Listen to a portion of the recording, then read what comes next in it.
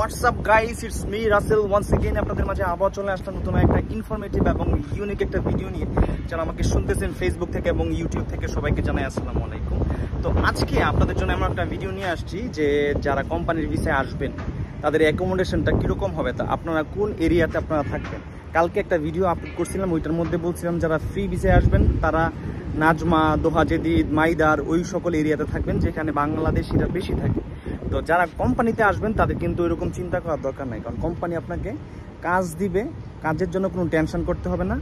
Room দিবে, অনেক company খাবারও দেয়, না দিলে খাবার টাকা এক্সট্রা আপনাকে দেয়। তো সেই জায়গায় কিন্তু আপনাকে রুমের জন্য যে একটা টেনশন সেটা কিন্তু করতে হবে না।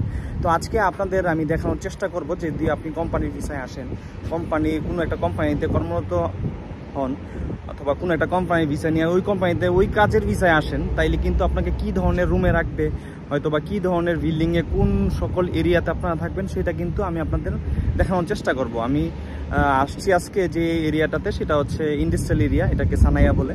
এখানে মোস্টলি যত লেবার যারা থাকে কোম্পানিতে, যারা আসে লেবার ক্যাম্প, তারপরে শ্রমিক ভাইয়েরা কিন্তু ওই সকল এরিয়াটাতে বেশি থাকে। এখানে নিউ ইন্ডাস্ট্রিয়াল এরিয়াও একটা জায়গা আছে, আর পুরানো ইন্ডাস্ট্রিয়াল এরিয়াও একটা জায়গা আছে। মোস্টলি পুরান যেই সানাইয়া আছে ইন্ডাস্ট্রিয়াল এরিয়া, ওইখানেই কিন্তু মানুষজন বেশি থাকে। তো আমি এখন বর্তমানে দাঁড়ায় আছি একটা ক্যাম্পের সামনে, আর আমি যেই জায়গাটা দাঁড়ায় আছি সেটা হচ্ছে আপনার ইন্ডাস্ট্রিয়াল এরিয়ার প্রাণকেন্দ্র সানাইয়া, আলাতিয়া বলে সেখানে। এখানেও প্রচুর বাংলাদেশি, পাঠানি, শ্রীলঙ্কান, নেপালি ভাইয়েরা কিন্তু ছুটির দিনে কিন্তু অনেক সমাগম হয়। এই জায়গাটায় কিন্তু অনেক ভাই ব্রাদার কিন্তু আসে, খুবই পপুলার একটা জায়গা।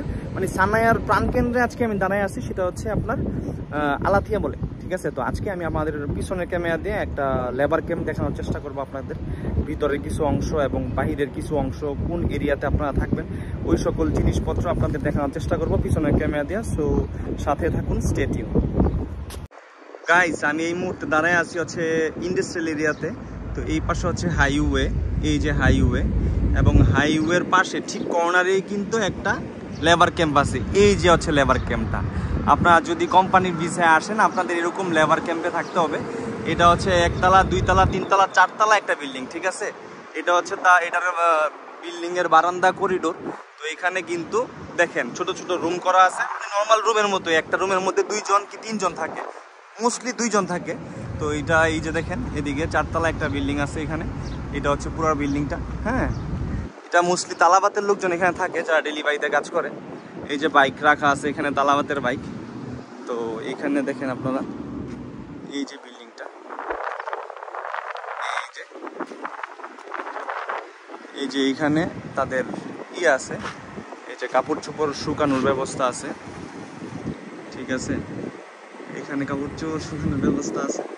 তো এখানে পানি টাঙ্কি, এসি, সকল কিছু কিন্তু আছে। দেখেন এই জায়গাগুলো দিয়ে আছে ফ্রন্টের জায়গা। দেখেন এখানে আপনার কাপড় চোপড় ওনারা শুকায়। তারপরে এদিকে স্টোর রুম আছে ওনাদের।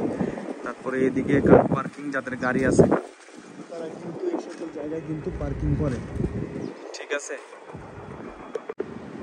এই যে দেখুন রুমের মধ্যে সামনে কাপড় ছড়াই রাখছে। হ্যাঁ, এইদিকে রুমগুলো আমি দেখাইতেছি আপনাদের ভিতরে গিয়া। দেখেন এই যে রুম আছে, দেখেন এখানে কিন্তু এরকম সাজানো, সব কিছু সাজানো গোছানো। তারপরে এই পাশে আরও কিন্তু স্টোর আছে, লেবার ক্যাম্প আছে। এদিকে রাস্তা গেছে যে আলাতিয়ার দিকে। তো এই মানে ব্যাপারগুলো এরকম। এই যে বাইরের সিটিগুলো দেখেন এরকম, এদিকে সব পার্কিং করা আছে বড় বড়। যেহেতু এটা ইন্ডাস্ট্রিয়াল এরিয়া, তো এখানে কিন্তু বড় বড় কমার্শিয়াল ভেহিকেল, এদিকে ক্রেন রাখা আছে, এদিকে পিকআপ, সকল জিনিস, বড় বড় ট্রাক কিন্তু এদিকে পার্কিং করে রাখে, ঠিক আছে। তো আমি এই সকল জায়গাতে কিন্তু আসছি আজকে আপনাদের দেখানোর জন্য যে কাতারের যে সিটি, মরুভূমির ভিতরে কি কি রাখা আছে, অথবা যে এরিয়াতে আপনারা থাকবেন যারা কোম্পানির ভিসায় আসবেন এরিয়াটা কেমন সেটা কিন্তু আমার ভিডিওতে তুলে ধরার চেষ্টা করতেছি। তো চলুন আমি আপনাদের রুমের ভিতরের একটা অংশ, যারা রুমের ভিতরে থাকবেন তাদের রুমটা কীরকম হবে, কোম্পানির ভিসায় আইসা যারা রুমে থাকবেন তাদের রুমটা কীরকম হবে ওইটা দেখানোর চেষ্টা করতেছি। চলুন রুমের ভিতরে যাই। এইটা হচ্ছে সিঁড়ি, এটা দিয়ে উপরে যাইতেছি, দেখি উপরে কি আছে। তো এইখানে সিঁড়িগুলা দেখুন এরকম, আপনার 2-3 তলা যেহেতু বিল্ডিং, অবশ্যই সিঁড়ি আছে। এখানে কিন্তু লিফট থাকবে না, ঠিক আছে, সিঁড়ি দিয়ে একটু বেরোতে হবে। এখানে সামনের অংশে এরা কিন্তু জুতা রাখে ভালো করে। দেখেন এই হচ্ছে রুমের ভিতরের অবস্থা, লাইট বন্ধ করে রাখছে এরা। তো এই হচ্ছে রুমের অবস্থা। প্রথমে ঢুকলে এরকম একটা জায়গা পাবেন কাপড় চোপড় রাখার জন্য, ড্রয়িং রুম টাইপের। সব জায়গায় সব রুমে থাকে না, বাট এই রুমটা খালি ছিল তার জন্য। এই দেখুন দোতলা বেড, উপরে একজন নিচে একজন, একটা রুমে কিন্তু 2টা বেড থাকে, মানে 4 জন থাকে আর কি। এই পাশে একটা, ওই পাশে একটা। এখানে বাংলাদেশি ভাইয়েরা শুয়ে আছে। এই রুমটাও দেখেন, এটার মধ্যে আবার 3টা বেড রাখছে ওনারা।